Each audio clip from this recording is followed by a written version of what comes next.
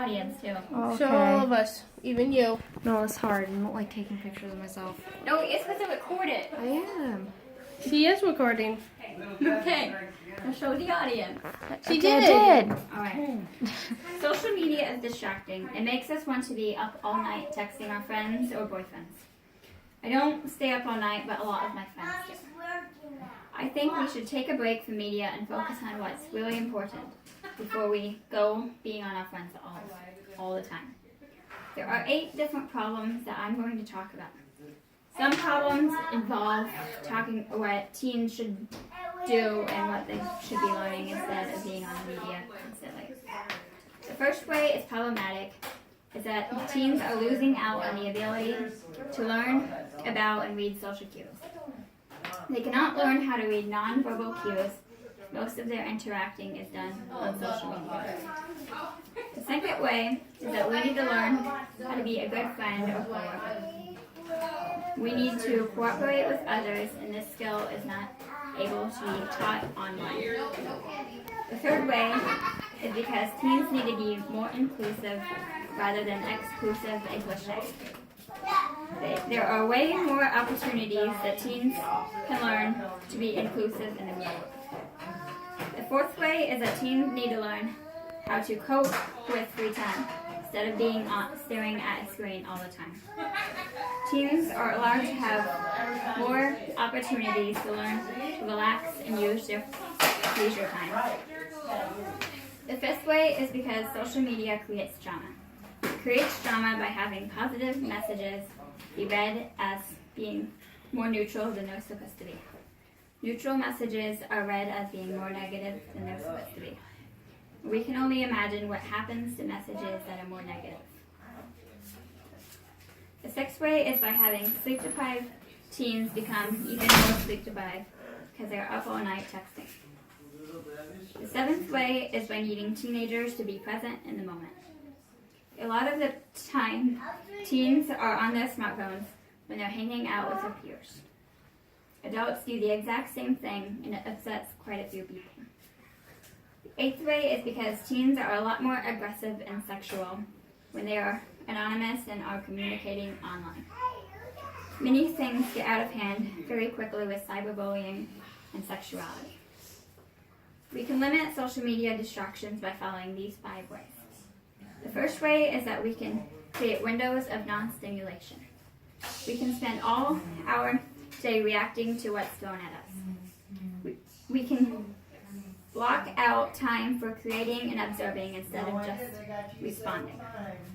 The second way is to keep 2 lists. One list for urgent items and one for important items.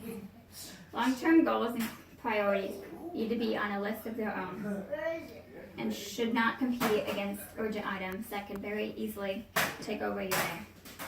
After you have 2 lists, you can very easily have different time periods to focus on each item. The third way is to schedule focused periods of processing every day. Try to compress all response-related work into predetermined short periods of time each day. It can be about 1 to 2 hours of uninterrupted time each day. The fourth way is to not hoard urgent items. When you're in the position, you can allow yourself to give urgent items to others. And the fifth way is to reduce our level of insecurity work. First, we need to be self-aware. We need to set guidelines and rituals that provide us with more discipline. Then we need to let a co-worker to check on this data and review it, and have them report to you any problems. We need to take these problems and come up with a solution. Having a solution allows us to better acquaint ourselves with what should be done instead of being on social media all the time, and what things could happen if we're on social media way too much. Here are some problems. The first one is the egotistical friend or follower problem, which is when people don't put information overload onto you about their life, but they tend to make themselves look like a go-getter that has the perfect life on the internet.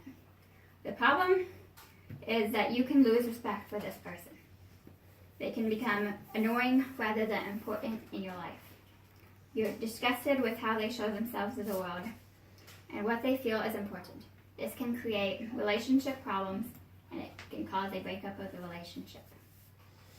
The solution to this problem is to recognize why they need to be in your life and to either validate them or ignore them. They don't have an inner confidence that makes them feel strong and worthy. Instead, they have an inner fear that makes them not strong and worthy. So they get validation from anyone that will listen to them. Next problem is the unwanted friend or follower problem. It's when you get requests from someone you don't want to be friends with on social media. It could offend people if you don't accept their request. They have an interest in your life and want some kind of relationship. And telling them no is like telling them you don't like them.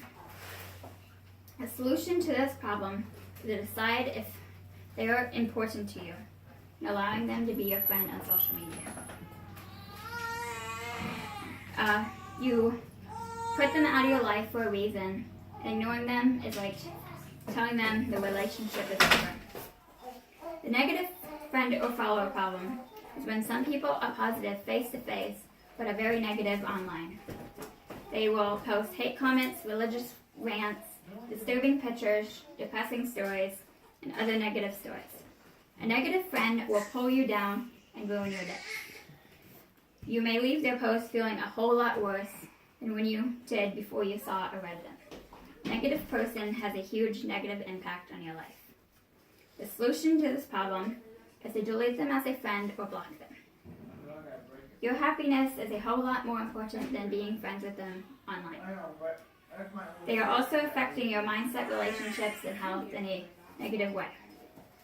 Social media is extremely distracting, but there are many solutions to the problems. For example, people who are up all night texting could say to their friends, "I'm going to bed at this time," and they could let their friends know. By setting a certain time that we're going to bed, we will be able to put attention better than if we were sleep deprived. Thank you.